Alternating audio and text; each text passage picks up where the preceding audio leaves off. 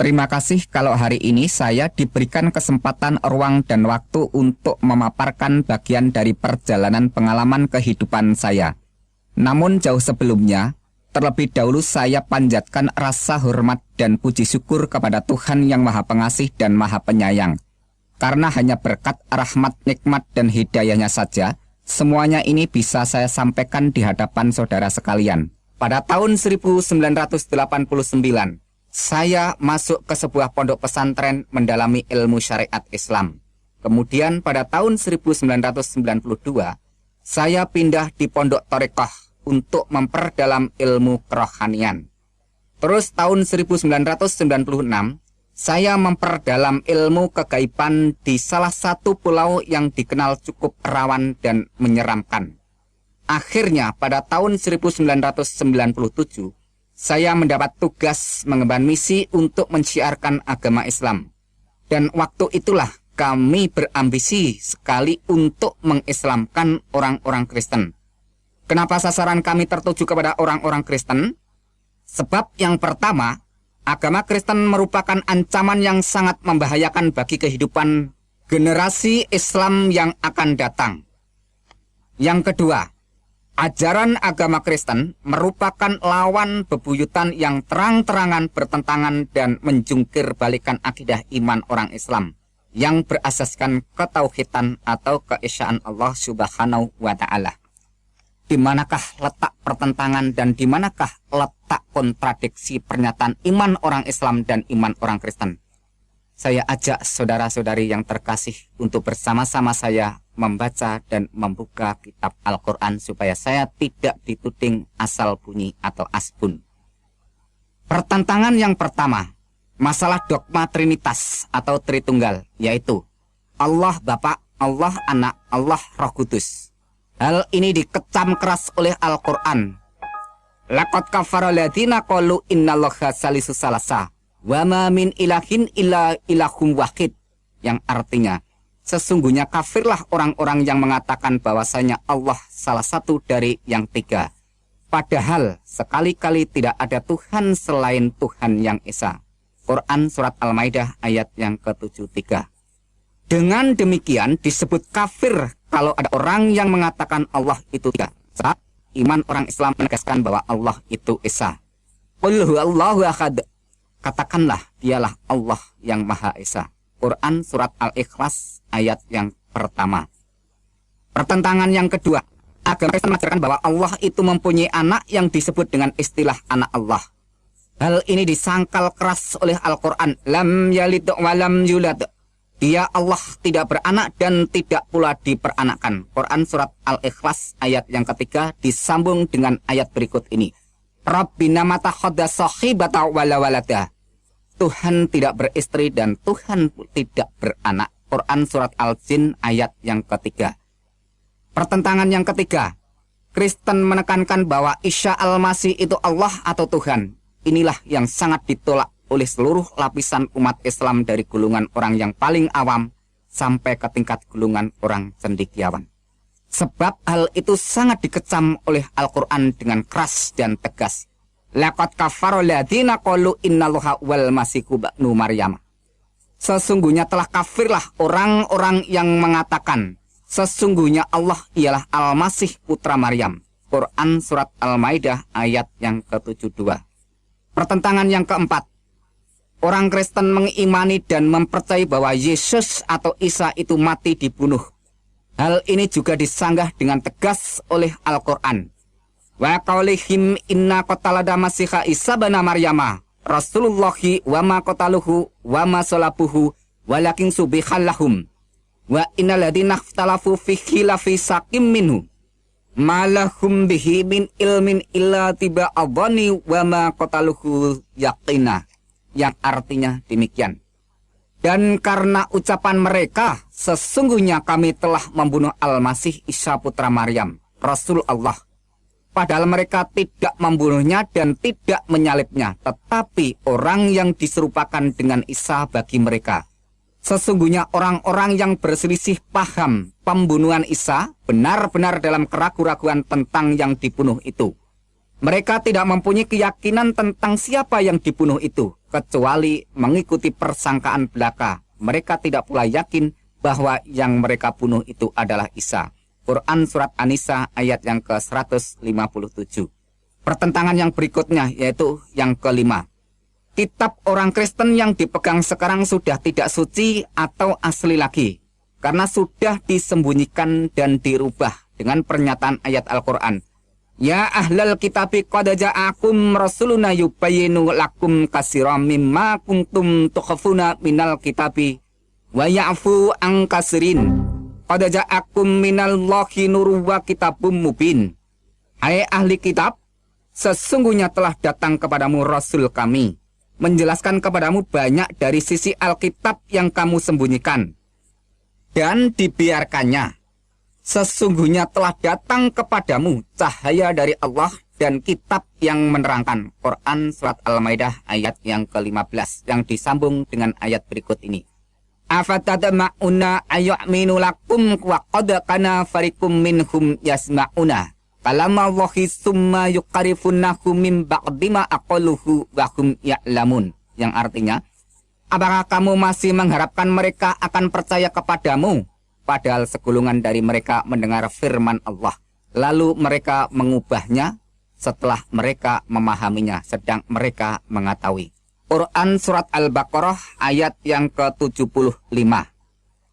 Dengan pernyataan ayat-ayat yang sudah saya ucapkan tadi, dengan dukungan penjelasan Injil Barnabas yang pada waktu itu saya baca sebagai rujukan, di mana kesimpulan penjelasan Injil Barnabas mengatakan bahwa yang disebut atau dikatakan Mesias, yaitu penyelamat, itu adalah Kanjeng Nabi besar Muhammad Shallallahu Alaihi Wasallam.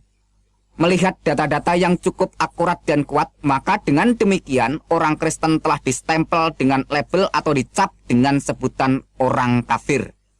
Mulai dari semua penjelasan pernyataan tadi, serta dengan sebuah pegangan keyakinan Al-Quran, Surat Al-Imran ayat 19, yang demikian bunyinya, Inna dina ingdallahi Islam. Sesungguhnya agama di sisi Allah hanyalah Islam. Dengan kata lain, hanya agama Islam yang diridhoi Allah. Hanya agama Islam yang dibenarkan Allah. Maka, semua agama selain Islam tidak benar. Dengan demikian, semua pengikut agama selain Islam orangnya disebut kafir. Melihat kenyataan seperti itulah saya merasa kasihan terhadap orang-orang yang memegang keyakinan ajaran iman kekristenan, yang menyembah Nabi Isa Al-Masih sebagai Allah yang Maha Pengasih, Allah yang Maha Pengampun dosa, Allah yang menyelamatkan umat manusia. Padahal ajaran agama Islam mengatakan Allah itu mukhalafatuhu lil khawadisi, yaitu wujudnya tidak serupa dengan makhluknya. Mengapa Isa Al-Masih dianggap sebagai Allah yang kelihatan? Sangat mengherankan. Sebodoh itukah semua orang Kristen? Begitu buta mata hati rohani semua umat Kristen di dunia ini. Sungguh kasihan benar kalau orang Kristen semua nanti mati dimasukkan ke penjara api neraka jahanam. Maka dari itu saya berambisi sekali untuk menjelaskan keimanan Islam kepada orang-orang Kristen supaya tidak menyimpang jauh imannya. Tetapi ketika saya membaca sebuah majalah rohani orang Kristen, di situ saya temukan penjelasan seorang pendeta yang menguraikan tentang keesaan Tuhan yang diambil dari Ulangan 6 ayat yang keempat yang demikian bunyinya. Shema Yisrael Yahweh Elohinu Yahweh Echad. Yang artinya, dengarlah hai orang Israel, Tuhan itu Allah kita, Tuhan itu Esa. Demikian waktu itu saya baca. Ternyata orang Kristen sendiri tidak mengimani bahwa Allah itu tiga. Tidak seperti yang saya bayangkan selama itu. Jadi sebelum saya pergi untuk mengislamkan orang Kristen, saya memutuskan terlebih dahulu untuk mempelajari tentang iman orang Kristen yang sebenarnya.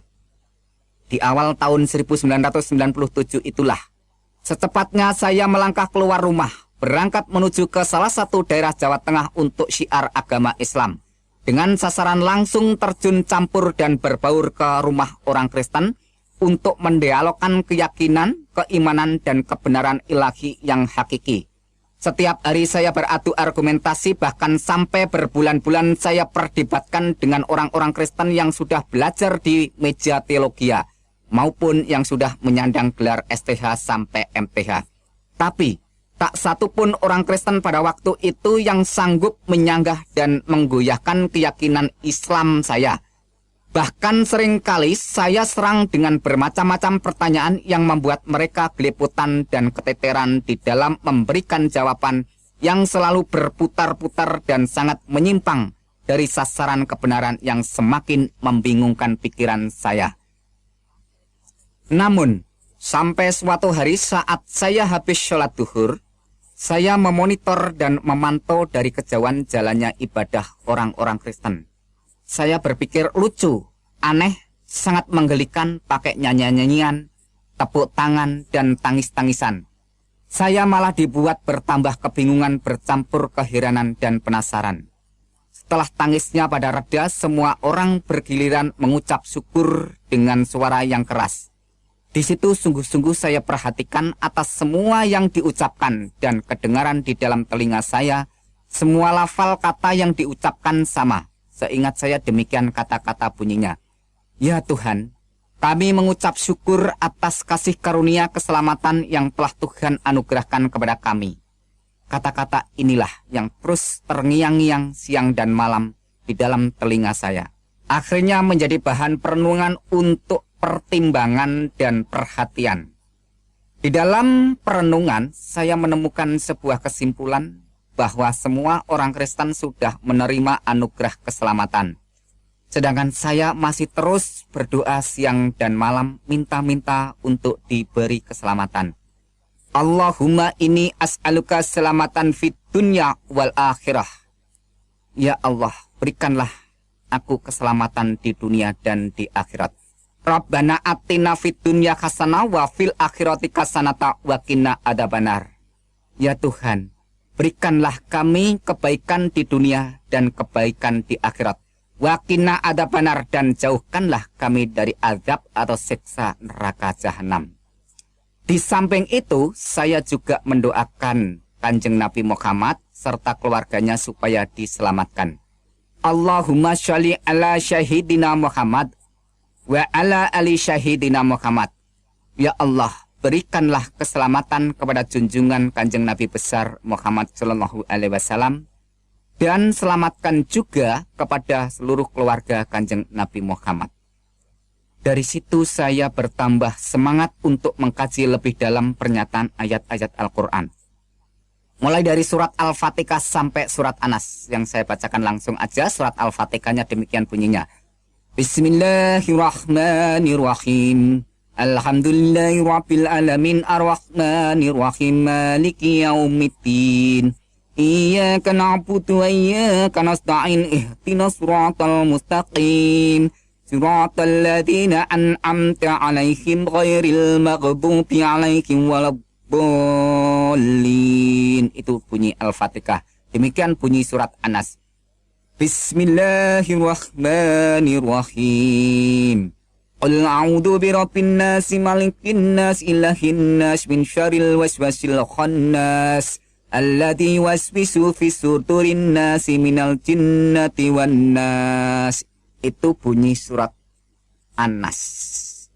Nah, perlu saudara ketahui di mana penekanan surat Al-Fatihah terletak pada ayat yang kelima dan yang keenam, yang mana manusia diperintahkan untuk menyembah dan meminta pertolongan hanya kepada Allah saja, supaya manusia diberi hidayah atau petunjuk oleh Allah, jalan yang lurus.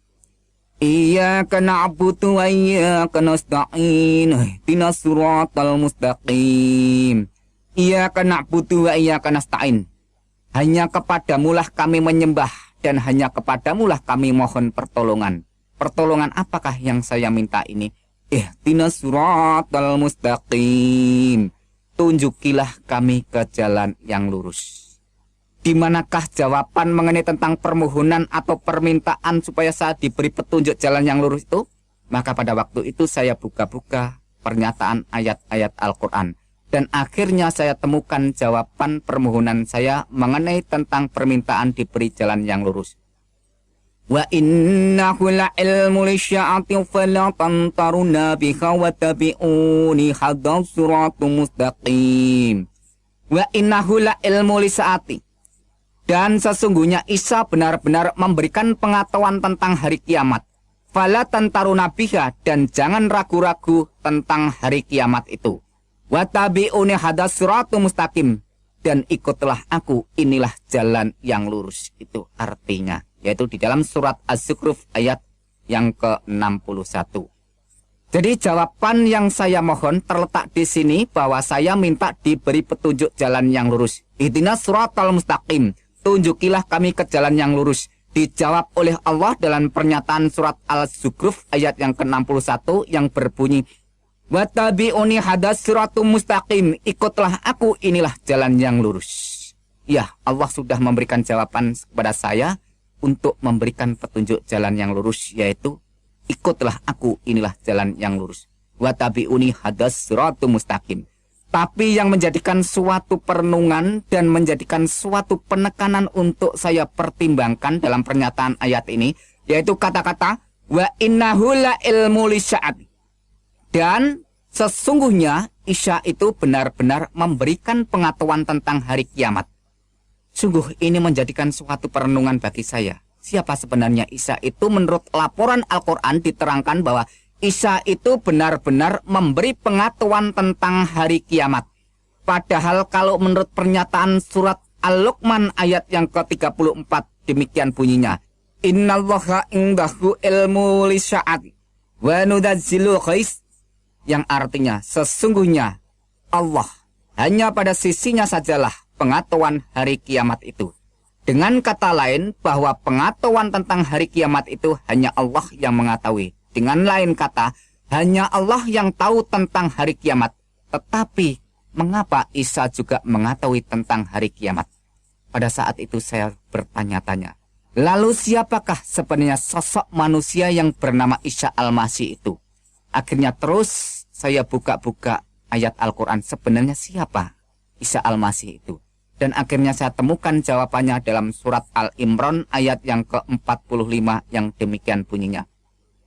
Isqalatil malaikatu ya Maryamu innallaha yubasyiruki bi kalimatin min husmuhul masiku Isa banu Maryama wajihan fid dunya wal akhirah wa minal muqarrabin. Isqalatil malaikatu, ketika malaikat berkata kepada siapa? Ya Maryam, hai Maryam. Apa perkataannya malaikat ini kepada Maryam? Innallaha yubasyiruki, sesungguhnya Allah memberikan kegembiraan dalam apa yang diberikan kepada Allah ini. Bi kalimatin min hus, dengan kalimat yang darinya. Min husmuhul masihu Isa banu Maryama, namanya Al-Masih Isa putra Maryam. Wajihang fit dunya wal akhirah, yang terkemuka di dunia dan di akhirat. Wa minal muqarrabin, dan yang terdekat dengan Tuhan. Wah, ini merupakan suatu perenungan tersendiri pada waktu itu. Dimana kalau saudara ketahui dan saya jelaskan bahwa yang menurut laporan malaikat ini memberikan pernyataan bahwa Maria diberi kabar kegembiraan oleh Allah. Dan apa bentuk kegembiraan itu? Yaitu bi kalimatin, yaitu dengan kalam, dengan firman atau dengan sabdanya Allah itu. Dengan kata lain, bahwa Maria ini mendapat kabar gembira berupa kalamnya Allah. Maka saya renungkan pada waktu itu, kalau begitu yang dikandung Maria itu adalah kalamnya Allah, firmannya Allah. Maka dengan kata lain, bahwa kalam yang ada di dalam gua garbo maupun di dalam kandungan Maria yang menjadi manusia, lahir itulah yang disebut sebagai Mesias atau penyelamat. Dengan kata lain, saya jelaskan sekalian bahwa kalam yang menjelma menjadi manusia atau kalam yang menjadi manusia itu melakukan karya penyelamatan, maka dia disebut Al-Masih. Karena dia sebagai penyelamat, maka dia disebut dengan kata lain terkemuka di dunia dan di akhirat. Itulah yang saya renungkan pada waktu itu. Akhirnya saya terus bertanya-tanya, sebenarnya siapakah Isa ini? Kalau menurut keterangan dan menurut pengakuan setiap orang percaya maupun orang yang beragama apa saja, bahwa hanya Allah lah yang mempunyai kedudukan kehormatan tertinggi di dunia dan di akhirat. Orang yang mempunyai kekuasaan terkemuka di dunia dan di akhirat itu hanya Allah. Tetapi kenapa Isa ini dinyatakan dan dilaporkan serta disaksikan bahwa Isa itu punya kedudukan terkemuka di dunia dan di akhirat? Padahal menurut pernyataan ayat Al-Quran yang jumlahnya ribuan itu, tidak ada seorang nabi pun atau rasul pun bahkan sampai malaikat pun dinyatakan oleh Al-Quran terkemuka di dunia dan di akhirat, kecuali hanya Isa Al-Masih putra Maryam. Siapakah sebenarnya Isa ini? Akhirnya saya buka-buka terus dan akhirnya saya temukan jawabannya di dalam surat An-Nisa ayat 171 yang saya ambil poinnya saja. Innamal masihu Isa bin Maryam Rasulullah wa kalimatu alqaha ila Maryam wa ruhu minhu, yang artinya sesungguhnya Al-Masih Isa putra Maryam itu adalah utusan Allah dan kalimatnya yang disampaikan kepada Maryam dan roh darinya. Di sini ada kata-kata sesungguhnya Al-Masih Isa putra Maryam itu adalah utusan Allah. Pengertian utusan Allah setelah saya renungkan dengan penerangan firman Tuhan, maka kata utusan ini adalah kalam yang menjadi manusia atau firman yang menjadi manusia, melakukan karya penyelamatan, menyelamatkan umat manusia, maka itu disebut istilah utusan. Maka dengan kata lain bahwa firman yang menjadi manusia melakukan karya penyelamatan atau penebusan atau pembebasan supaya manusia itu tidak masuk neraka, maka dia disebut utusan Allah. Dengan kata lain bahwa pribadi sosok oknum Isa Al-Masih itulah yang dijadikan alat oleh Allah untuk melakukan karya penyelamatan. Maka dengan demikian Isa disebut utusan Allah. Dan di situ diterangkan juga bahwa dia adalah kalamnya atau kalimat Allah dan roh dari Allah itu sendiri. Maka kalau kita renungkan dengan dalam-dalam bahwa Isa Al-Masih yang ada di dalam kandungan Maryam itu adalah rohnya Allah atau kalamnya Allah. Jadi bukan hasil hubungan dari siapapun, melainkan langsung dinyatakan oleh Al-Quran bahwa Isa itu adalah kalamnya Allah dan rohnya Allah. Kalau kita lihat lebih dalam bahwa semua manusia mulai dari Adam dan sampai sekarang dan seterusnya, bahwa semuanya itu dijadikan dari tanah atau bahasa Arabnya syal-syal. Maka lain dengan pernyataan Al-Quran mengenai tentang Isa Al-Masih ini, yaitu terjadi atau muncul dengan pernyataan kalam maupun rohnya Allah. Maka dengan demikian terus saya renungkan lebih dalam. Dari situ bisa saya simpulkan bahwa ayat di atas tadi yang saya bacakan menyatakan bahwa Isa Al-Masih itu utusan Allah. Isa Al-Masih itu firman Allah. Isa Al-Masih itu roh Allah. Ayat itu juga didukung hadis Sahih Bukhari nomor 1496 dan hadis Anas bin Malik halaman 72 yang demikian bunyinya. Isa fa'inahu Rasulullah wa kalimatuh. Isa itu sesungguhnya roh Allah dan kalam Allah. Wah, Isa itu adalah roh Allah dan kalam Allah. Ini merupakan suatu kesaksian seseorang yang tidak bisa diragukan karena yang bersaksi, yang menyatakan dan menerangkan ini adalah Kanjeng Nabi Muhammad SAW itu sendiri. Oleh sebab itu terus saya renung-renungkan. Dan di samping itu, saya juga membaca pernyataan hadis Sahih Muslim dan hadis Sahih Bukhari yang mengatakan demikian. Waladi nafsi biadihi la yusikana ayang dilafiku mubanu maryama hakam mamuksiton. Demi Allah yang jiwaku di tangannya, kata Muhammad. Sesungguhnya telah dekat masanya Isa anak Maryam akan turun di tengah-tengah kamu. Dia akan menjadi hakam mamuksiton, akan menjadi hakim yang tegak atau hakim yang adil atau hakim yang lurus. Yaitu bisa saudara baca di hadis Sahih Muslim nomor 127 atau hadis Sahih Bukhari nomor 1090. Kembali timbul sebuah pertanyaan lagi di dalam hati saya pada waktu itu. Siapakah sebenarnya Isa Al-Masih itu? Karena kalau menurut pernyataan di dalam Al-Quran bahwa Allah itulah hakim yang seadil-adilnya. Alaihissallahu bi'ahamil hakimin. Bukankah Allah hakim yang seadil-adilnya? Yaitu Quran surat At-Tin ayat yang ke-8. Mengapa Isa Al-Masih dinyatakan dan disaksikan baik itu Al-Quran maupun Kanjeng Nabi Muhammad sendiri sebagai hakim yang seadil-adilnya? Dengan demikian, kalau kita renungkan, tidak ada seorang nabi, rasul, bahkan malaikat pun yang dinyatakan oleh Al-Quran maupun disaksikan oleh Kanjeng Nabi sebagai hakim yang adil kecuali Isa Al-Masih putra Maryam. Ya, kalau kita renungkan dan kita hayati dari awal sampai akhir bahwa Isa Al-Masih itu adalah Roh Allah, Kalam Allah. Isa Al-Masih itu adalah terkemuka di dunia dan di akhirat. Isa Al-Masih itu adalah hakim yang adil. Dan Isa Al-Masih itu mengetahui tentang hari kiamat. Memang semua itu sudah jelas. Tetapi saya tetap belum mau mempercayai dan mengimani Yesus itu adalah Tuhan dan Juru Selamat saya. Mengapa? Karena masalah keyakinan, kepercayaan, dan keimanan tidak segampang orang membalikkan telapak tangan langsung terima dan diaminkan. Atau tidak semudah orang yang beli jajan di pinggir jalan langsung ditelan jadi kenyang. Tetapi ini masalah hati nurani yang suci. Maka membutuhkan pencerahan, penerangan Sang Ilahi yang Maha Suci. Supaya hati nurani ini dapat mengambil suatu keputusan untuk menyatakan keberanian tentang kebenaran yang datang dari Tuhan, pencipta dan penguasa semesta alam. Maka untuk mendukung dan memperkuat semuanya itu, saya langsung terus untuk mengumpulkan data-data yang bersumber dari Al-Quran maupun hadis, yang berkaitan dengan kesaksian dan pengakuan mengenai pernyataan tentang Isa Al-Masih itu. Inilah data-data yang sudah saya kumpulkan dari pernyataan Al-Quran. Quran surat 19 ayat 19. Di sana dikatakan, Isa Al-Masih seorang anak laki-laki yang suci.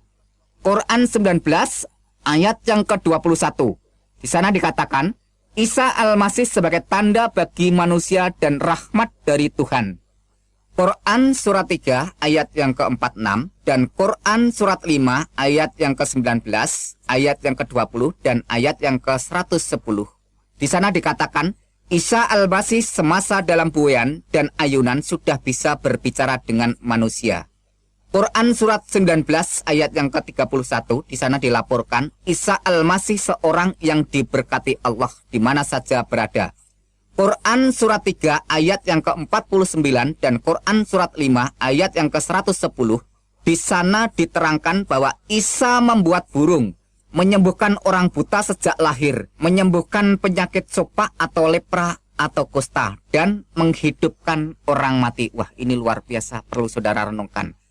Dan data berikutnya, Quran surat 3 ayat yang ke-45, Isa adalah kalam Allah, terkemuka di dunia dan di akhirat. Quran surat 4 ayat 171, Isa Al-Masih utusan Allah, kalam Allah dan roh Allah. Quran surat 21 ayat yang ke-91 dikatakan, Isa dan ibunya dijadikan tanda yang besar bagi semesta alam.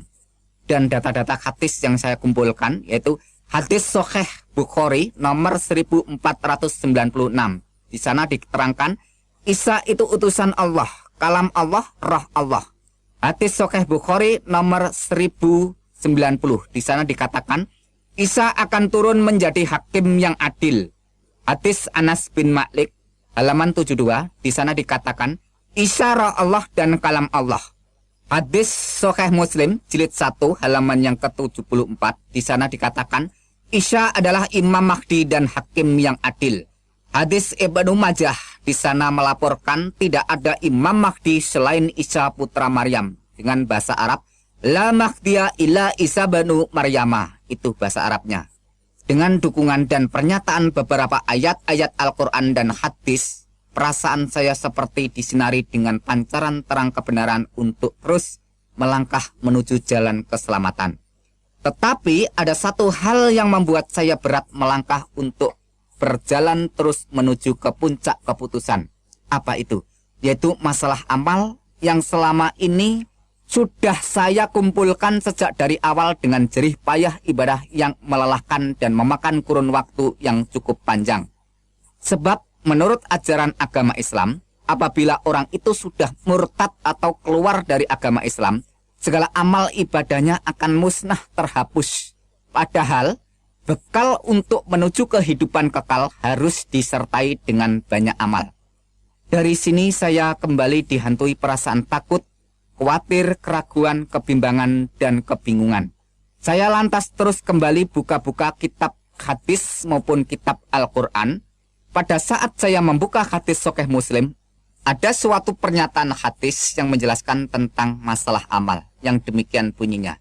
Ang Jabir qala sami'tum Nabiya sallallahu alaihi wasallam yaqulu la yudakhilu ahadam minkum amaluhul jannah wala yujiruhu minan nar wala ana illa birahmatin minallah, yang artinya dari Jabir radhiyallahu anhu katanya, dia mendengar Nabi sallallahu alaihi wasallam bersabda, bukan amal seseorang yang memasukkannya ke surga atau melepaskannya dari neraka, termasuk juga aku, kata Kanjeng Nabi. Lantas bagaimana?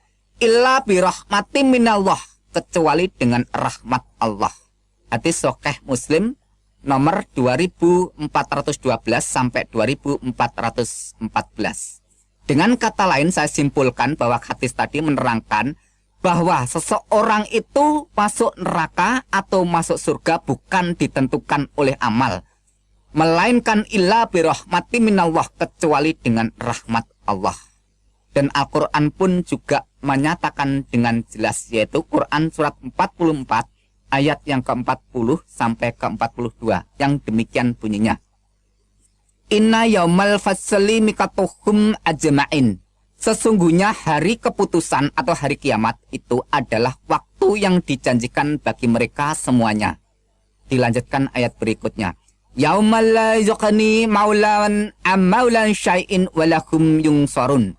Yang artinya, yaitu hari yang seorang karib tidak dapat memberi manfaat kepada karibnya sedikit pun, dan mereka tidak akan mendapat pertolongan. Dan dilanjutkan ayat berikutnya, illa ma rahimallahu innahu huwal azizur rahim, yang artinya kecuali orang-orang yang diberikan rahmat oleh Allah, sesungguhnya dialah yang maha perkasa lagi maha penyayang.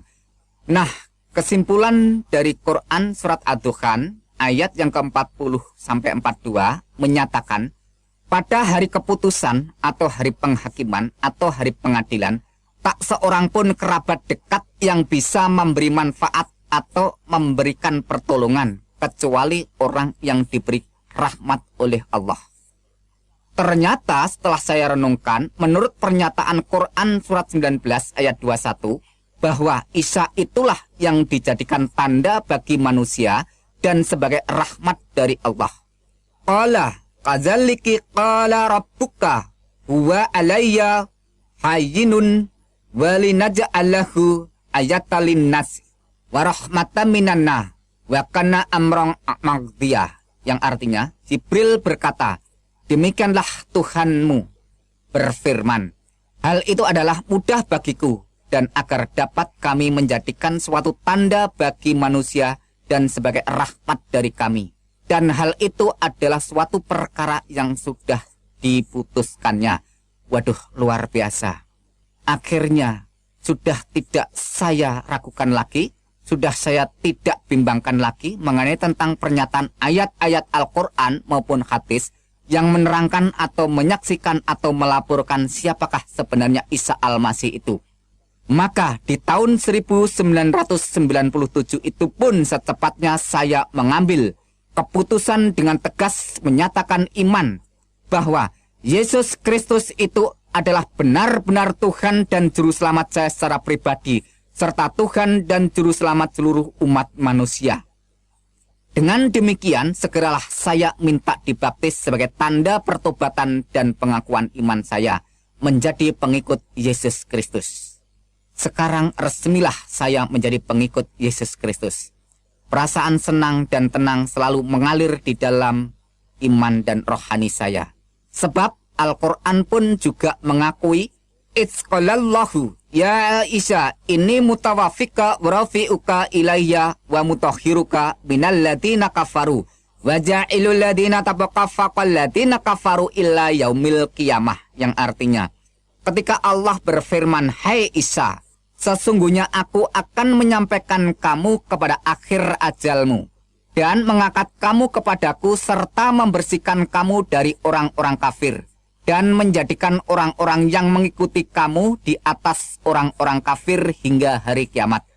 Ini saya renungkan bahwa pengikutnya Isa itu menurut laporan dan keterangan Al-Quran surat Al-Imran ayat yang ke-55 memberikan pernyataan bahwa pengikut Isa Al-Masih itu diberi kedudukan dan status kehormatan di atas orang-orang kafir. Atau dengan kata lain, di atas orang-orang yang tidak percaya. Dengan demikian, pengikut Nabi Isa, pengikut Isa Al-Masih, itu menurut laporan Al-Quran tadi, bahwa pengikutnya dimuliakan, ditinggikan kedudukannya di atas orang-orang kafir. Jelas dan singkatnya bahwa pengikut Isa Al-Masih itu dimuliakan di atas orang-orang yang tidak percaya. Sampai kapankah pernyataan ini? Menurut ayat berikutnya dijelaskan, illa yaumil kiamah, sampai hari kiamat. Jadi perlu saudara ketahui bahwa sampai saat ini belum terjadi hari kiamat. Maka dengan demikian, siapa saja yang mau percaya dan mau menjadi pengikut Isa Al-Masih dinyatakan oleh Al-Quran dimuliakan di atas orang-orang kafir. Maka dengan pernyataan ayat-ayat Al-Quran dan penjelasan hadis itu, iman saya sebagai pengikut Yesus Kristus semakin dikuatkan dan mantap. Sebab masalah keselamatan, kalau sampai ditunda-tunda hingga ajal tiba, akibatnya akan fatal dan gagal total, sampai kekal. Sesal dan kesal tiada artinya karena sudah tidak ada jalan keluarnya. Karena itu saya cepat-cepat bertobat sebelum terlambat. Sebab Al-Quran sendiri sudah mengingatkan semua orang dengan tegas dan keras. Wa iminkum ila wariduha kana ala rabbika katmam magdiyah. Dan tidak seorang pun daripadamu melainkan mendatangi neraka. Hal itu bagi Tuhanmu adalah suatu kepastian yang sudah ditetapkan. Quran surat 19 ayat yang ke-71. Bisa saudara baca di dalam tafsir Al-Azhar oleh Profesor Dr. Hamka. Di sana ditegaskan dengan jelas bahwa semua orang masuk neraka, tidak pandang bulu dia berbuat baik atau berbuat jahat. Semuanya dinyatakan masuk neraka. Nah, kenapa semua orang masuk neraka? Karena ada ayat Al-Quran yang berbunyi demikian. Innahu mayati rabbahu mujrimang fa'inalahu jahannam la yamutu fiha wala yahya. Yang artinya, sesungguhnya barang siapa datang kepada Tuhannya dalam keadaan berdosa, maka sesungguhnya baginya neraka jahanam. Ia tidak mati di dalamnya dan tidak hidup. Yaitu Quran surat 20 ayat yang ke-74. Nah, dengan kata lain bahwa setiap orang itu kalau ada dosa menghadap Tuhan, maka baginya adalah neraka jahanam. Di sana tidak diterangkan dosa besar atau kecil, berat atau ringan, asal manusia itu sudah berbuat dosa, maka akibatnya adalah neraka jahanam kalau sampai datang di hadapan Tuhan. Setelah saya pelajari di dalam Alkitab bahwa Yesus itu mati untuk menanggung dosa umat manusia. Dan di situ setelah 3 hari bangkit kembali. Maka dengan demikian Yesus Kristus memberikan pernyataan, man amana wa atamada khalas wa ma lam yu'miyudan. Barang siapa yang percaya dan dibaptis diselamatkan. Tetapi barang siapa yang tidak percaya akan dihukum. Jadi jelasnya bahwa Yesus mati itu untuk menebus dosa umat manusia. Tetapi yang menjadikan suatu perenungan bahwa selama itu saya tidak mengakui kalau Isa atau Yesus itu mati. Namun setelah saya renungkan kembali dalam pernyataan Al-Quran bahwa Isa itu benar-benar lahir, benar-benar mati, dan benar-benar bangkit.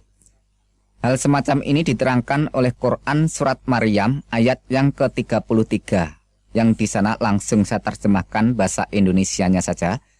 Dan kesejahteraan semoga dilimpahkan kepadaku. Maksudnya adalah Isa Al-Masih.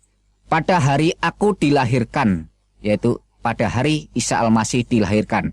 Pada hari aku meninggal, yaitu pada hari Isa Al-Masih meninggal. Dan pada hari aku dibangkitkan, yaitu pada hari Isa Al-Masih dibangkitkan, hidup kembali. Dengan kesimpulan kronologis ayat di atas, pertama, dilahirkan atau hidup, kedua, meninggal atau mati, ketiga, bangkit atau keluar dari kubur, dan keempat, hidup kembali, alias realita kenyataan bahwa yang hidup kembali setelah mengalami kematian itu bukan setan, bukan siluman, dan bukan tipuan, melainkan benar-benar Isa. Jadi yang jelas urut-urutannya, lahir, meninggal, bangkit, hidup kembali. Dan sekarang kita buka lagi Quran surat Al-Imran ayat yang ke-55. Kita ambil poinnya saja. Hai Isa, sesungguhnya aku akan menyampaikan kamu kepada akhir ajalmu dan mengangkat kamu kepadaku. Dengan kata lain, kesimpulannya, Allah akan menyampaikan ajal atau kematian Isa, dan Allah akan mengangkat Isa kepadanya. Jadi di sini juga jelas urut-urutannya. Mati, diangkat. Dengan kata lain, mati dulu baru diangkat. Jadi dengan jelas Al-Quran menyatakan bahwa Isa itu benar-benar mati dan benar-benar diangkat. Sesuai dengan pernyataan Alkitab itu sendiri bahwa Tuhan Yesus Kristus sadar benar-benar apa yang akan terjadi dan apa yang akan dialami pada dirinya. Ia telah mengatakan kepada para muridnya terlebih dahulu sebelum sesuatu terjadi. Maksudnya sebelum sesuatu itu dialami kematiannya. Menurut pernyataan Yesus Kristus, pada waktu itu mengajak para muridnya, demikian katanya. Sekarang kita pergi ke Yerusalem dan anak manusia akan diserahkan kepada imam-imam kepala dan ahli-ahli Taurat. Dan mereka akan menjatuhi dia hukuman mati. Dan mereka akan menyerahkan dia kepada bangsa-bangsa yang tidak mengenal Tuhan. Supaya ia diolok-olokkan, disesah dan disalibkan. Dan pada hari yang ketiga, ia akan dibangkitkan. Matius 20 ayat yang ke-18 sampai 19. Singkatnya, Yesus tahu dan sadar benar hadir dan perannya di dunia ini menjadi korban atau penebus dosa umat manusia. Dirinya itulah korban yang sesungguhnya, bukannya korban binatang seperti kambing atau domba, lembu atau sapi. Itu sudah tidak ada gunanya, tidak ada artinya sama sekali.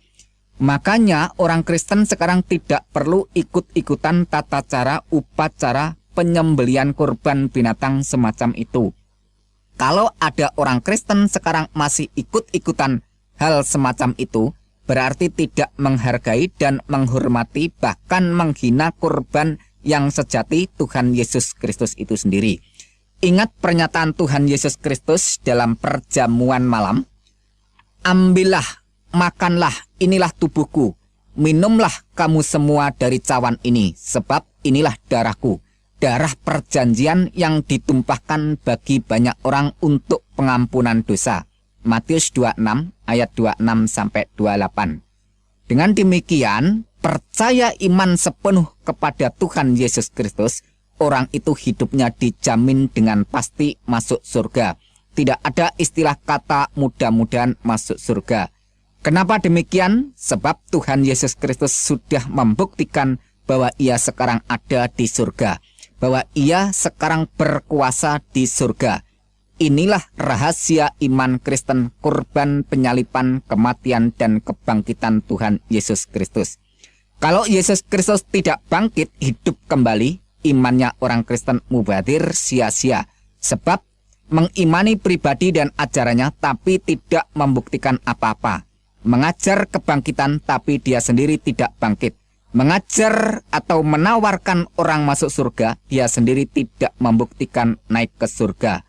Kalau begitu tidak ada bedanya dengan pemimpin-pemimpin agama lain. Tapi syukurlah semuanya itu telah dibuktikan dengan nyata oleh Yesus Kristus Tuhan dan Juru Selamat kita. Sebab yang sangat penting telah kusampaikan kepadamu, yaitu apa yang telah kuterima sendiri bahwa Kristus telah mati karena dosa-dosa kita, sesuai dengan kitab suci. Sekarang bagaimana? Apakah saudara masih tidak percaya bahwa Yesus Kristus itu Tuhan? Baiklah, akan saya tunjukkan bukti yang bisa saudara lihat sendiri. Bukti bahwa Yesus itu Tuhan. Dia berjanji dengan pasti memasukkan semua orang ke surga yang percaya dan beriman kepadanya. Dan saudara ketahui sendiri, terbukti banyaknya orang bertobat dan beriman kepada Tuhan Yesus Kristus sejak dari zaman dulu hingga sekarang. Di antara salah satu sekian banyak orang adalah saya sendiri. Mungkin saudara berpikiran dengan berbagai macam penafsiran tentang diri saya pribadi. Ya, silahkan, itu sah-sah saja. Tapi perlu saudara ketahui dan saudara sadari bahwa orang-orang yang hidup di negara maju dan orang-orang yang hidup di negara modern itu adalah orang-orang yang ilmu pengetahuannya tinggi, orang-orang yang kaya, orang-orang yang terhormat dan orang-orang yang terpandang. Tapi mengapa mereka semua itu mau percaya menyembah Yesus Kristus? Jawabnya sudah pasti jelas. Mereka itu semua tahu benar bahwa Yesus Kristus adalah Tuhan dan Juru Selamat seluruh umat manusia. Makanya mereka semua itu yang imannya sungguh-sungguh tidak akan pernah bisa digeser oleh keyakinan iman agama apapun. Sebab mereka semua mengetahui dan sadar benar bahwa hanya satu sosok pribadi saja yang bisa menyelamatkan orang dari siksa neraka, yaitu sosok pribadi yang berkuasa di surga dan di bumi. Siapakah dia? Yaitu Yesus Kristus yang adalah Tuhan dan Juru Selamat seluruh umat manusia yang percaya kepadanya. Jadi Tuhan Yesus Kristus itu bukan milik orang yang beragama Kristen saja, melainkan milik semua umat manusia yang percaya kepadanya. Bagaimana kalau ada orang yang nekat tetap tidak mau percaya? Apakah orang itu akan selamat? Dalam hal ini Tuhan Yesus Kristus menjawab dengan tegas, Man amana wa atamata kholas wa ma lam yu'miyutian. Siapa yang beriman dan dibaptis selamat, dan siapa yang tidak percaya dihukum. Markus 16 ayat yang ke-16.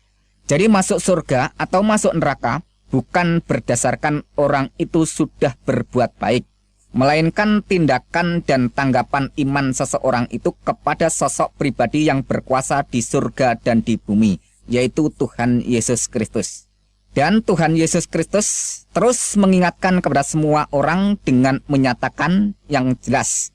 Karena itu aku tadi berkata kepadamu bahwa kamu akan mati dalam dosamu, yaitu kamu akan binasa dalam neraka karena keangkuhan dan kesombonganmu, yaitu tidak mau percaya kepadaku. Jika kamu tetap tidak percaya bahwa aku adalah Dia, yaitu penyelamat seluruh umat manusia, maka kamu akan tetap dimasukkan ke dalam neraka. Keterangan itu bisa saudara baca sendiri di dalam kitab Injil Yohanes pasal yang ke-8. Dengan demikian, kalau kita mau renungkan lebih dalam, nasib seseorang bergantung kepada Yesus Kristus yang adalah Tuhan dan Juru Selamat seluruh umat manusia. Orang itu mau menanggapi atau menolak, mau mengimani atau tidak, silahkan memilih, monggo kerso, tidak ada paksaan. Memang Tuhan itu maha kuasa, tetapi kuasanya tidak untuk memaksa siapa saja sebelum saatnya tiba. Akan tetapi, kalau saatnya sudah tiba, saudara tidak akan bisa lepas atau lolos dari pengadilan dan penghakiman maupun penghukumannya. Selama Tuhan masih memberikan kesempatan, nafas di kandung badan, marilah secepatnya ambil keputusan bertobat, datang beriman, menerima kasih karunia keselamatan yang dianugerahkan bagi setiap orang yang mau menerima dan beriman kepada Yesus Kristus Tuhan dan Juru Selamat seluruh umat manusia. Perlu saudara ketahui dan sadari lebih dalam lagi bahwa setan tidak akan tinggal diam kalau ada orang yang datang beriman kepada Tuhan Yesus Kristus. Dan setan paling tidak senang kalau ada orang yang mengakui, mengimani dan menyebut Yesus Kristus itu adalah Tuhan dan Juru Selamatnya. Sebab bagi setan merupakan kegagalan yang sangat fatal untuk mencari pengikut sebanyak-banyaknya orang, untuk menemani setan di tempat neraka jahanam. Ya, kalau ada pemikiran di dalam benak hati saudara bahwa saya adalah orang yang tersesat dan menyesatkan banyak orang karena mengajak beriman dan percaya kepada Tuhan Yesus Kristus, dan terbukti nanti bahwa Yesus Kristus itu bukan benar-benar Tuhan dan Juru Selamat umat manusia, maka saya adalah orang yang nanti siap pertama kali dilempar ke dalam lautan api neraka. Saya adalah orang yang siap dimasukkan ke dalam neraka jahanam lebih dahuluan. Tetapi kalau saudara tetap nekat tidak mau percaya kepada Tuhan Yesus Kristus, ya terserah. Tidak masalah, itu hak saudara semua untuk menolak atau menerima. Akan tetapi tunjukkan bukti keberanian dan ketidakpercayaan saudara terhadap Tuhan Yesus Kristus. Katakan secara langsung ucapan saudara kepada Tuhan Yesus Kristus. Hai Yesus Kristus yang disembah oleh semua orang Kristen. Jika benar Engkau adalah Tuhan, jika benar Engkau berkuasa, tunjukkan kekuasaanmu di hadapanku. Ambil kesehatanku, ambil seluruh keluargaku, ambil seluruh harta benda kekayaanku. Ambil seluruh kebahagiaanku dan ambil seluruh kehormatanku. Kalau memang saudara berani, ulangi berkali-kali pernyataan ini.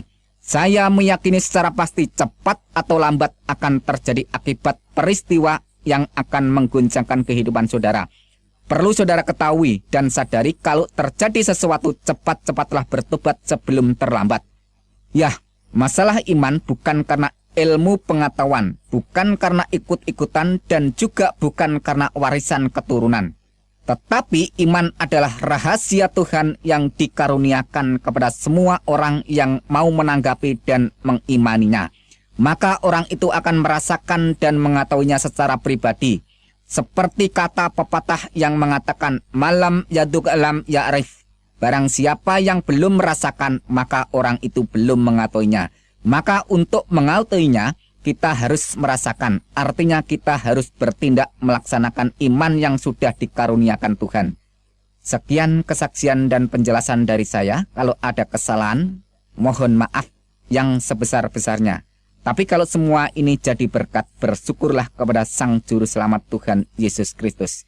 Di dalam kitab Injil Yohanes pasal 14 ayat yang ke-6, Yesus memberikan pernyataan, Akulah jalan dan kebenaran dan hidup.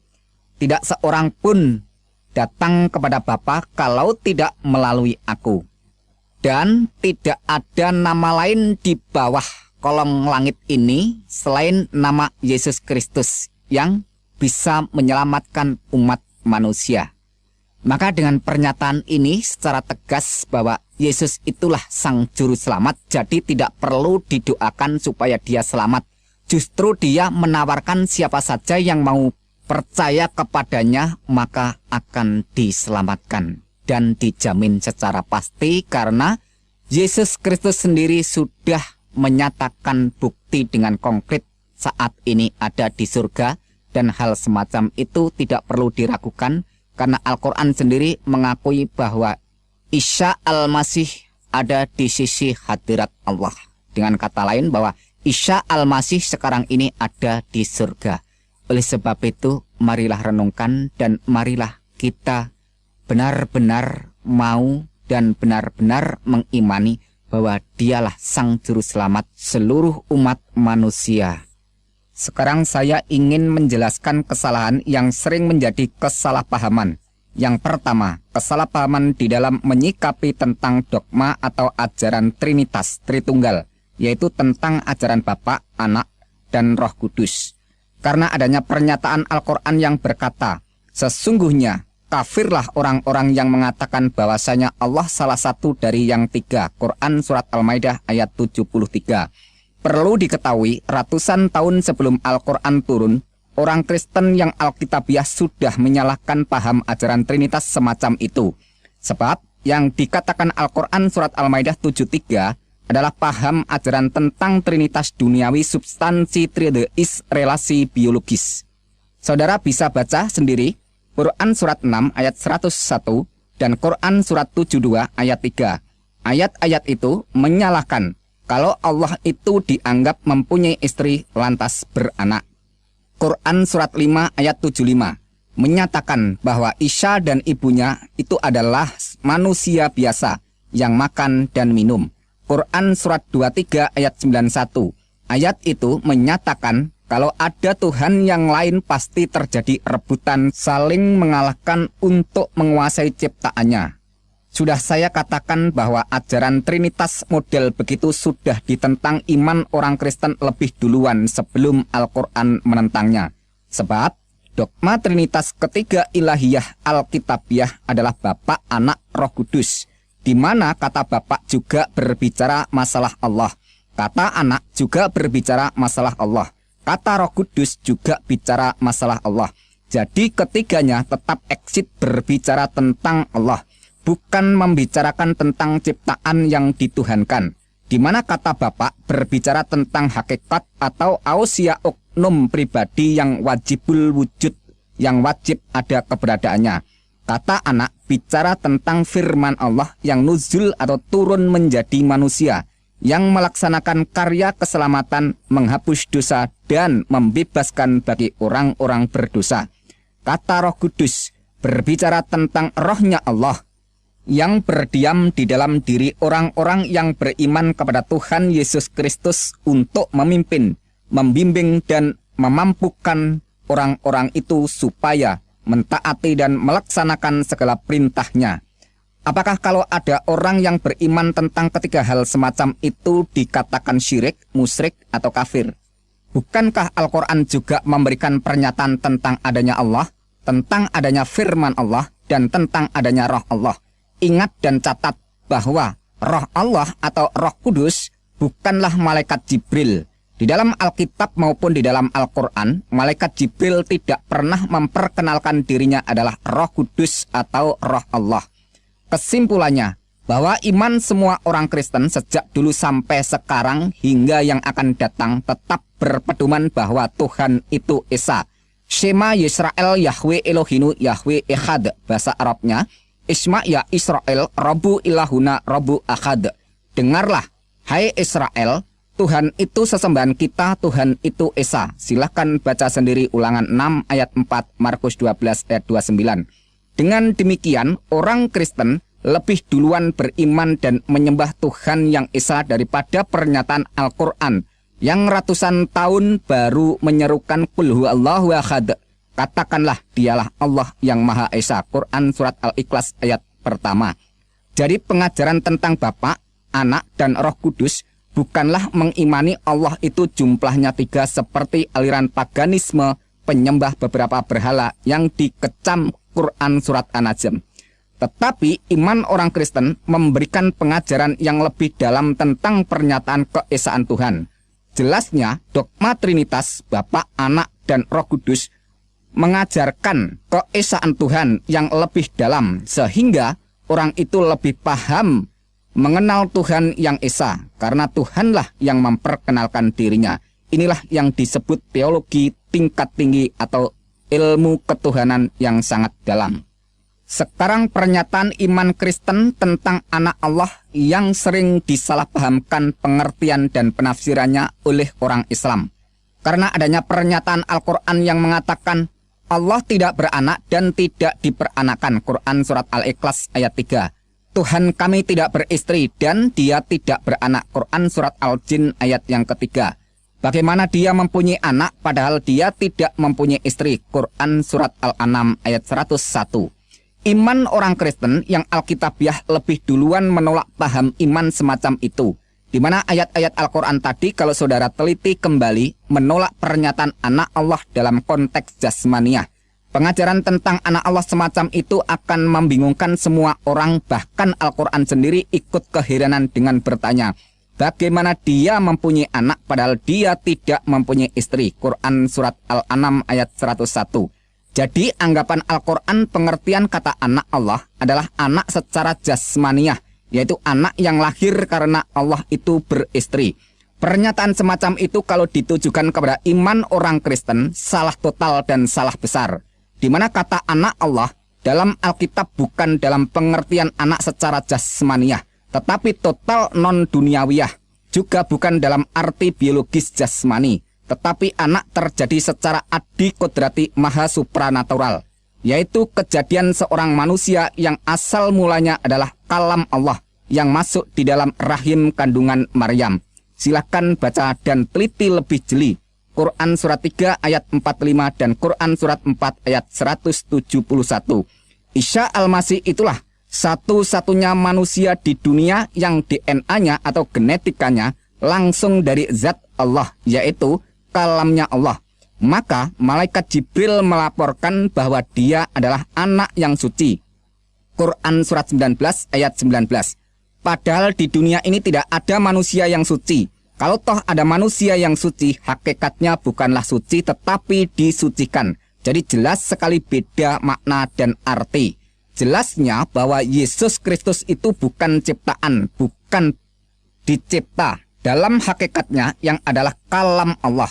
Ratusan tahun sebelum Al-Quran turun, kitab Injil melaporkan lebih duluan dengan pernyataannya bahwa pada mulanya adalah firman. Firman itu ada di dalam hakikat Allah dan firman itu adalah Allah. Karena firman itu ada di dalam hakikat Allah, maka firman itu adalah Allah. Dan firman itu telah menjadi manusia. Silahkan baca Injil Yohanes 1 ayat 1 dan 14. Jadi kalau Yesus Kristus itu disebut anak Allah, bukan karena Allah itu mempunyai anak secara jasmani yang lahir dari istri Allah. Tapi firman Allah yang menjadi manusia, itulah disebut anak Allah. Bagaimana dengan Adam? Adam manusia pertama yang dibuat atau dicipta Tuhan dari sol-sol, yaitu bahan bakunya dari unsur tanah. Setelah itu manusia selanjutnya, DNA atau genetikanya melalui pembuahan dari sperma pria dan sel telur wanita yang diproses dalam rahim kandungan perempuan. Kecuali manusia yang bernama Yesus Kristus yang DNA atau genetikanya langsung dari atas.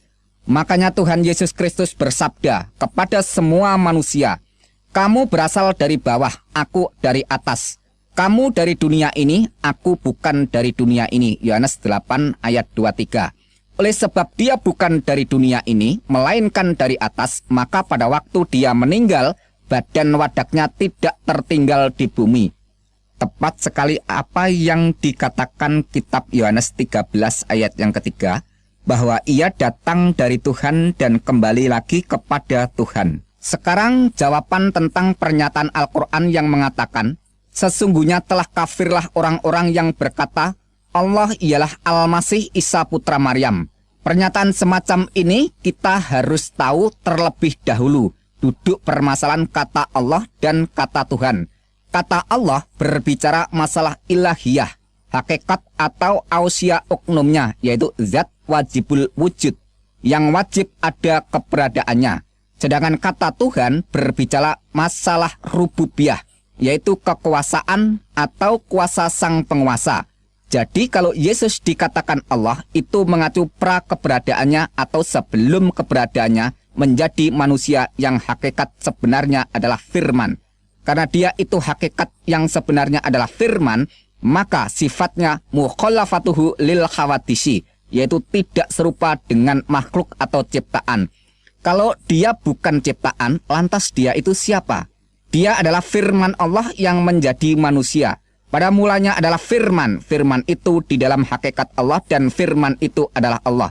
Ingat dan catat bahwa firman itu adalah Allah. Lantas pernyataan ayat berikutnya menerangkan bahwa firman itu telah menjadi manusia. Yohanes 1 ayat 1 dan 14. Dan Quran surat 3 ayat 45, Quran surat 4 ayat 171, Al-Masih Isa putra Maryam itu adalah kalam Allah. Bahkan Rasulullah Muhammad SAW memberikan kesaksian bahwa Isa itu sesungguhnya roh Allah dan kalam Allah. Bisa saudara baca sendiri hadis Anas bin Malik dan hadis Sahih Bukhari 1496. Jadi jelas sekali baik Alkitab, Al-Quran dan hadis, ketiganya menyatakan bahwa Yesus Kristus atau Isa Al-Masih sebelum jadi manusia adalah kalam Allah. Sedangkan menurut kitab Injil Yohanes 1 ayat 1, firman Allah itu adalah Allah. Dan Yohanes 1 ayat 14 menerangkan bahwa firman itu telah menjadi manusia. Jadi Yesus Kristus disebut Allah karena dia adalah firman Allah. Sekarang kata Tuhan. Tuhan adalah kuasa atau kekuasaan sang penguasa. Seperti kalimat ini, Allahu Rabbul Alamin, artinya Allah Tuhan alam semesta atau Allah adalah penguasa alam semesta. Jadi kata Tuhan itu berasal dari kata Rabb yang artinya penguasa. Sekarang hubungkan dengan pengakuan dan pernyataan Yesus Kristus. Kepadaku telah diberikan segala kuasa di surga dan di bumi. Jelasnya Yesus Kristus berkata, "Aku berkuasa di dunia dan di akhirat." Dan Al-Quran sendiri melaporkan bahwa Al-Masih Isa putra Maryam seorang terkemuka di dunia dan di akhirat. Quran surat 3 ayat 45.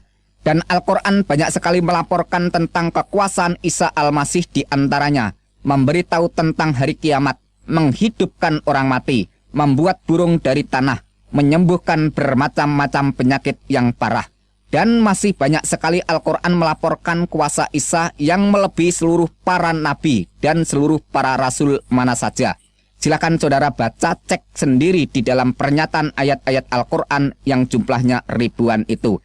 Jadi yang disangkal Quran surat Al-Maidah ayat 72, wujud kemanusiaannya Isa Al-Masih, yaitu anak Maryam.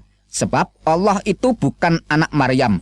Allah itu ada sebelum segala sesuatu ada. Tepat sekali bahwa Tuhan Yesus Kristus sendiri juga berkata, "Aku adalah yang awal dan yang akhir." Jelasnya, segala sesuatu belum ada, Yesus Kristus sudah ada. Dan segala sesuatu tidak ada, Tuhan Yesus Kristus tetap ada. Karena Dia itu Sang Maha Ada, Asyar Hayah, dan yang mengadakan segala sesuatu yang tidak ada menjadi ada. Maka Dia berhak disembah dan wajib disembah. Kalau tidak, malah berdosa. Sekarang masalah Alkitab yang sering dituding sudah tidak asli lagi karena sudah dirubah.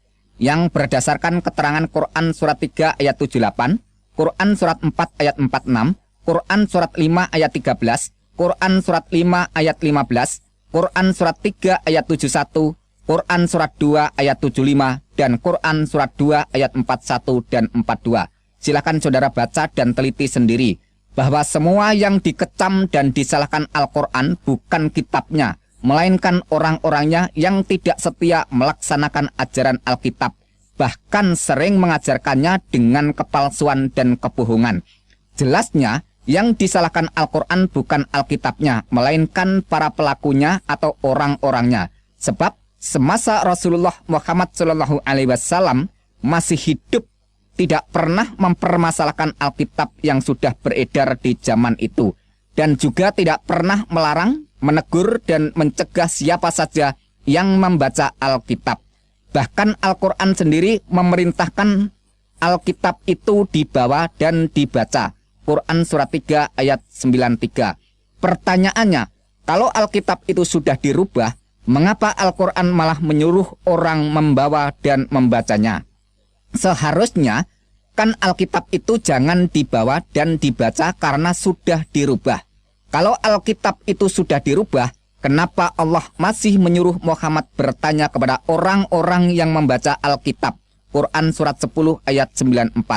Logikanya mestinya Allah harus melarang Muhammad jangan bertanya kepada mereka supaya tidak disesatkan karena kitabnya sudah dirubah. Pada saat Muhammad kembali ragu-ragu menerima Al-Quran, Allah juga menggunakan standar dasar Alkitab sebagai petunjuk dari Allah bagi Bani Israel. Quran surat 32 ayat 23. Dengan demikian, Allah masih mengakui kebenaran Alkitab secara sah. Bahkan banyak ayat-ayat Al-Quran menerangkan bahwa kitab Taurat dan kitab Injil itu dibenarkan oleh Allah. Quran surat 2 ayat 41, 89, 91, 101, 136. Quran surat 3 ayat 3, Quran surat 4 ayat 136, Quran surat 5 ayat 43, 44, 46, 47, 48, 68. Quran surat 6 ayat 92, Quran surat 10 ayat 73, Quran surat 43 ayat 4, dan Quran surat 26 ayat 196. Kalau Alkitab itu sudah dirubah, mengapa Allah masih tetap menyuruh Muhammad untuk mengimani Alkitab? Quran surat 29 ayat 46. Pertanyaannya, mengapa Allah masih tetap menyuruh Muhammad untuk mengimani Alkitab? Buat apa kitab yang sudah dirubah itu diimani? Bahkan Allah mengatakan kepada ahli kitab, tidak dipandang beragama sedikit pun hingga menegakkan ajaran Taurat dan Injil. Quran surat 5 ayat 68. Pertanyaannya, kitab Taurat dan Injil kan sudah dirubah. Mengapa masih harus ditegakkan? Seharusnya kan Al-Quran saja yang diperintahkan untuk ditegakkan. Kalau benar Alkitab itu sudah dirubah, secara langsung mengatakan bahwa Allah tidak dapat memelihara kitab yang sudah diturunkan karena membiarkan Alkitab yang sudah diturunkan itu dirubah orang. Ada yang berdalih dengan berkata demikian, makanya Allah menurunkan Al-Quran sebagai penyempurna kitab-kitab yang terdahulu. Pernyataan semacam itu justru menuduh Allah itu kurang bijak karena menurunkan Alkitab yang tidak sempurna. Dalam iman kekristenan, kalau Tuhan yang berfirman, Tuhan mampu dan sanggup menjaga keabsahan firman-Nya, seperti yang telah difirmankan. Langit dan bumi akan berlalu, tetapi perkataanku tidak akan berlalu. Markus 13 ayat 31. Rumput menjadi kering, bunga menjadi layu, tetapi firman Tuhan kita tetap untuk selama-lamanya. Yesaya 40 ayat 8. Tetapi firman Tuhan tetap untuk selama-lamanya. Inilah firman yang disampaikan Injil kepada kamu. 1 Petrus 1 ayat 25. Aku bersaksi kepada orang yang mendengarkan perkataan-perkataan nubuat dari kitab ini. Jika seorang menambahkan sesuatu kepada perkataan-perkataan ini, maka Tuhan akan menambahkan kepadanya malapetaka-malapetaka yang tertulis di dalam kitab ini. Dan jika seorang mengurangkan perkataan-perkataan dari kitab nubuat ini, maka Tuhan akan mengambil bagiannya dari pohon kehidupan, dari kota kudus, seperti yang tertulis di dalam kitab ini. Wahyu 22 ayat 18 dan 19. Jadi kesimpulannya bahwa Alkitab yang kita baca ini tidak ada yang dirubah, tetap masih asli dan murni dari segi makna dan arti. Dan Alkitab yang kita baca ini pada hakikatnya tidak perlu mendapat pengakuan dan dukungan dari pernyataan Al-Quran. Karena Alkitab sudah sempurna. Apa yang akan disempurnakan lagi? Kalau saya mempergunakan ayat-ayat Al-Quran disebabkan karena memberikan jawaban kesalahpahaman. Kalau tidak ada kesalahpahaman, ya saya tidak akan mengutip ayat-ayat Al-Quran. Sekarang menjawab kematian Isa Al-Masih atau Yesus Kristus. Untuk membahas masalah ini, kita tidak boleh hanya mendengar informasi dari satu sisi. Sebab ini adalah kejadian fakta yang nyata, tapi berbeda cerita antara Alkitab dan Al-Quran. Maka salah satunya harus ada yang membuktikan kebenarannya. Quran surat 4 ayat 157 melaporkan bahwa Isa tidak dibunuh dan disalib, melainkan orang yang diserupakan Isa. Tapi di sisi lain, Quran surat 19 ayat 33 memuat pernyataan Isa yang berkata, "Dan kesejahteraan semoga dilimpahkan kepadaku pada hari aku dilahirkan, pada hari aku meninggal, dan pada hari aku dibangkitkan hidup kembali." Jadi jelasnya, Al-Quran melaporkan bahwa Isa itu dilahirkan, kemudian meninggal, lantas dibangkitkan, terus hidup kembali. Keterangan berikutnya Quran surat 3 ayat 55, Allah menyatakan dengan berfirman, "Hai Isa, sesungguhnya aku akan menyampaikan kepada akhir ajalmu dan mengangkat kamu kepadaku." Jadi jelasnya Allah menyatakan kematian Isa dulu baru mengangkat Isa kepadanya. Singkatnya, Isa mati dulu baru diangkat ke hadiratnya. Tapi mengapa Quran surat 4 ayat 157 itu mengatakan bahwa Isa tidak dibunuh dan disalib? Lantas ayat 158 mengatakan, "Tetapi Allah telah mengangkat Isa kepadanya." Sekarang renungkan pelan-pelan. Dulu Al-Quran mengatakan Isa itu lahir, kemudian meninggal, lantas dibangkitkan, terus hidup kembali. Dan Allah sendiri menyatakan Isa itu mati dulu, baru diangkat kepadanya. Tapi tiba-tiba muncul keterangan yang bertentangan bahwa Isa tidak mati, tetapi diangkat Allah. Pertanyaannya, kenapa Allah membiarkan berjuta-juta orang salah paham sampai 600 tahun kemudian baru diinformasikan bahwa yang mati itu bukan Isa melainkan orang lain yang diserupakan Isa? Kenapa Tuhan yang Maha Suci jauh dari dusta sifatnya berubah demikian? Membiarkan orang tertipu sampai waktu sekian panjang lamanya. Kalau yang mati itu bukan Isa, melainkan orang lain yang diserupakan Isa, pertanyaannya, siapakah orang yang diserupakan Isa itu? Siapakah nama orang yang diserupakan Isa itu? Apakah yang mati itu tidak berkata bahwa dia bukan Isa? Dari keluarga siapakah orang yang diserupakan Isa itu? Dari asal daerah manakah orang yang diserupakan Isa itu? Apakah seluruh keluarganya tidak menerangkan bahwa yang disalib itu bukan Isa melainkan keluarganya? Bagaimana para tetangga dan teman-temannya apa juga ikut bungkam?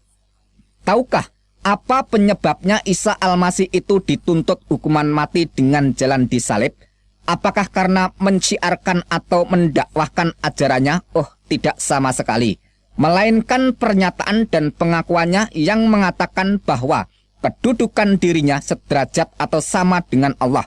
Bagi semua orang, pernyataan semacam itu dianggap menghujat Allah dan hukumnya harus dibunuh mati. Sekarang bagaimana keterangan dari Alkitab tentang kematian Yesus Kristus? Menurut pernyataan dari Alkitab, semua orang mengakui bahwa yang mati di salib itu benar-benar Yesus Kristus.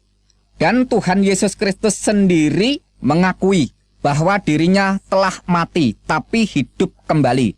Kata Tuhan Yesus Kristus, "Jangan takut, aku adalah yang awal dan yang akhir dan yang hidup.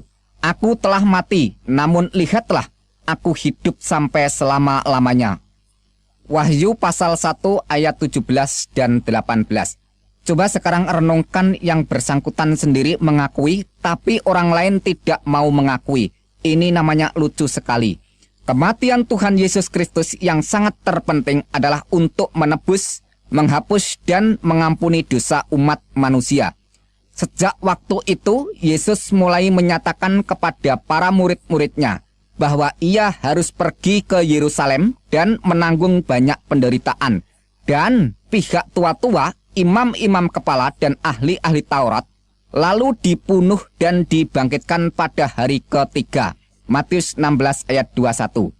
Dan Tuhan Yesus kembali mengulangi lagi pernyataannya itu di hadapan para murid-muridnya, serta mengajak mereka pergi ke Yerusalem. Sabdanya, "Sekarang kita pergi ke Yerusalem, dan anak manusia akan diserahkan kepada imam-imam kepala dan ahli-ahli Taurat, dan mereka akan menjatuhi dia hukuman mati, dan mereka akan menyerahkan dia kepada bangsa-bangsa yang tidak mengenal Tuhan, supaya ia diolok-olokkan, disesah dan disalibkan, dan pada hari yang ketiga ia akan dibangkitkan." Matius pasal 20 ayat 18 dan 19. Setelah sampai di kota Yerusalem, saatnya tiba makan malam. Ketika itu Tuhan Yesus Kristus mengambil roti dan cawan atau tempat minuman. Sambil menyodorkan makanan dan minuman, Tuhan Yesus Kristus berkata kepada para muridnya, "Ambillah, makanlah, inilah tubuhku. Minumlah kamu semua dari cawan ini, sebab ini adalah darahku, darah perjanjian yang ditumpahkan bagi banyak orang untuk pengampunan dosa." Matius pasal 26 ayat 26 sampai 28. Kesimpulannya bahwa Tuhan Yesus Kristus benar-benar mati untuk mengampuni dosa orang banyak. Firman Tuhan selanjutnya menyatakan, "Sebab jika kamu mengaku dengan mulutmu bahwa Yesus adalah Tuhan dan percaya dalam hatimu bahwa Tuhan telah membangkitkan dia dari antara orang mati, maka kamu akan diselamatkan. Karena dengan hati orang percaya dan dibenarkan, dan dengan mulut orang mengaku diselamatkan." Roma 10 ayat 9 dan 10. Tentang dialah semua nabi bersaksi bahwa barang siapa percaya kepadanya, ia akan mendapat pengampunan dosa oleh karena percaya kepada Tuhan Yesus Kristus. Kisah Para Rasul pasal 10 ayat 43. Dan di dalam Al-Quran surat Ali Imran ayat 55, Allah juga memberikan kesaksian tentang pengikut Isa Al-Masih yang demikian sebagian bunyinya. "Waja'ilul ladina tabaka fokal ladina kafaru illa yaumil qiyamah," yang artinya, "Dan menjadikan orang-orang yang mengikuti kamu," yaitu Isa, "di atas orang-orang kafir hingga hari kiamat." Oh, luar biasa, jelas sekali bahwa Allah memberikan status kedudukan para pengikut Isa di atas orang-orang kafir, atau memberikan kedudukan, kehormatan yang mulia di atas orang-orang yang tidak percaya. Sampai kapankah pernyataan itu berlaku? Ila yaumil qiyamah, sampai hari kiamat. Sedangkan hari kiamat sampai saat ini belum tiba. Wah, ini kesempatan yang sangat terbuka bagi siapa saja yang mau percaya. Makanya kami lihat wajah orang-orang Kristen itu pada ceria dan bahagia, penuh kelimpahan berkat rahmat dunia akhirat. Itulah kunci rahasia bagi siapa saja yang mau percaya. Sekarang masalah kitab palsu Injil Barnabas. Yang perlu saudara ketahui terlebih dahulu, siapakah orang yang bernama Barnabas itu? Barnabas adalah seorang keturunan suku Lewi yang berasal dari Pulau Siprus. Dia menggabungkan diri dengan para rasul setelah Tuhan Yesus Kristus naik ke surga. Kisah Para Rasul 4 ayat 36 dan 37. Dengan demikian, Barnabas bukanlah salah seorang dari 12 rasul yang dipilih langsung oleh Tuhan Yesus Kristus. Dan dia tidak pernah menulis kitab yang bernama Injil Barnabas. Lantas, siapakah yang menulis sebuah kitab palsu Injil Barnabas itu? Penulis kitab palsu Injil Barnabas adalah seorang keturunan Ismail. Dari mana bisa kita ketahui? Dari keterangan kitab palsu Injil Barnabas itu sendiri. Pasal 192 menerangkan demikian. Seluruh kitab ini aku belum dapat membacanya, karena pejabat tinggi agama itu di dalam perpustakaannya, aku membaca, telah melarang aku, mengatakan bahwa seorang keturunan Ismail telah menulisnya. Jelasnya demikian. Pejabat tinggi agama melarang untuk membaca kitab itu karena yang menulis kitab itu adalah seorang keturunan Ismail. Sudah jelas kita ketahui bahwa sepanjang sejarah tidak pernah ada seorang keturunan Ismail menulis kitab Injil. Dan kita ketahui bahwa kitab palsu Injil Barnabas ditulis sekitar abad ke-13 atau sekitar tahun 1300 Masehi. Dari mana kita ketahui kalau ditulis sekitar tahun itu? Dari keterangan kitab palsu Injil Barnabas yang menerangkan demikian, pasal 82 dan pasal 83. Bahwa tahun Yubel diperingati setiap 100 tahun sekali. Padahal tahun Yubel yang sebenarnya diperingati setiap 50 tahun sekali sesuai yang tercatat di dalam kitab Taurat Imamat pasal 25 ayat 8 sampai 13. Tapi mengapa kitab palsu Injil Barnabas itu mengatakan bahwa tahun Yubel diperingati setiap 100 tahun sekali? Penulis kitab palsu Injil Barnabas telah terjebak ketidaktahuannya bahwa yang mengubah peringatan tahun Yubel dari setiap 50 tahun sekali diubah menjadi setiap 100 tahun sekali adalah Paus Bonifacius VIII pada tahun 1300 Masehi. Dengan demikian, bisa kita ketahui bahwa kitab palsu Injil Barnabas ditulis setelah abad ke-13 atau sekitar tahun 1300 Masehi. Kalau penulis Injil Barnabas itu adalah seorang rekan para rasul, keturunan suku Lewi dari Pulau Siprus, pasti sudah jelas dicatat pada abad pertama, bukan dicatat pada abad ke-13. Yang perlu diteliti lebih jeli lagi bahwa penulis kitab palsu Injil Barnabas tidak memahami situasi kondisi geografi daerah setempat. Di mana pasal 20 kitab Injil palsu Barnabas menceritakan bahwa Yesus dari Galilea menuju ke daerah Nazaret naik perahu. Padahal semua orang di sana sudah pada tahu kalau daerah Nazaret itu letaknya di daratan pedalaman, bukan di seberang lautan. Mana mungkin ada orang yang mau menuju ke daratan pedalaman naik perahu. Yang menjadikan perhatian sangat mengherankan di dalam kitab palsu Injil Barnabas pasal 21, merekam pengakuan setan yang menyatakan jumlah setan yang merasuk ke dalam diri orang yang kerasukan adalah 6.666 setan. Bukankah jumlah 6.666 setan jumlah bilangan yang sangat mengejutkan? Keterangan di dalam kitab palsu Injil Barnabas pasal 42, pasal 43, pasal 83, pasal 97, dan pasal 163 menerangkan bahwa Yesus menolak kalau dirinya dikatakan Mesias atau Al-Masih. Mesias atau Al-Masih yang sebenarnya adalah seorang pesuruh Allah yang bernama Muhammad. Pernyataan kitab palsu Injil Barnabas itu sangat bertentangan dengan keterangan Al-Quran yang mengatakan bahwa Al-Masih adalah Isa putra Maryam. Quran surat 3 ayat 45 dan Quran surat 4 ayat 171. Sekarang pertanyaannya, siapakah sebenarnya yang disebut Al-Masih di dalam Al-Quran? Yang benar keterangan dari Alkitab palsu Injil Barnabas atau keterangan dari Al-Quran? Sebab menurut kitab palsu Injil Barnabas yang dikatakan Al-Masih adalah Muhammad. Sedangkan menurut pernyataan Al-Quran, Al-Masih itu adalah Isa putra Maryam.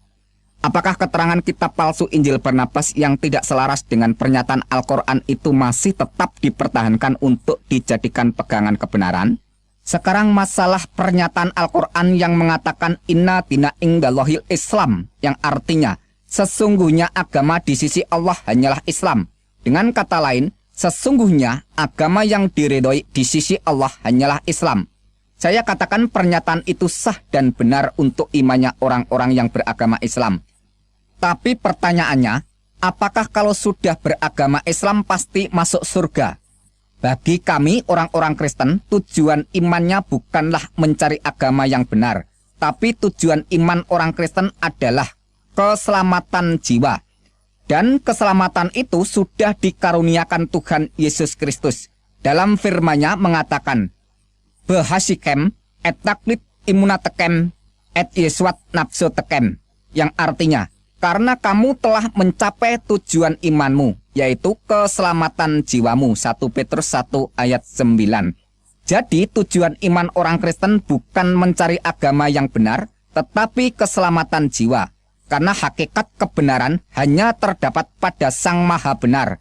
Dalam sabdanya Tuhan Yesus Kristus berkata, Akulah jalan dan kebenaran dan hidup. Tidak ada seorang pun yang datang ke surga kalau tidak melalui aku.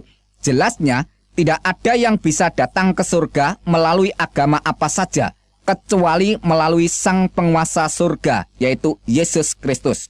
Dan di seluruh alam jagat raya ini tidak ada yang dapat selamat dari hukuman neraka, kecuali diselamatkan oleh Sang Maha Penyelamat, yaitu Tuhan Yesus Kristus.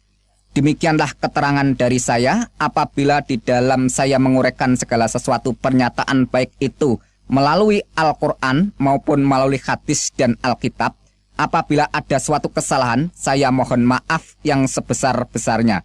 Tetapi kalau semuanya ini menjadi berkat, mengucap syukurlah kepada Sang Juru Selamat, yaitu Tuhan Yesus Kristus. Baru haba beshem Adonai Yeshua Hamasiah.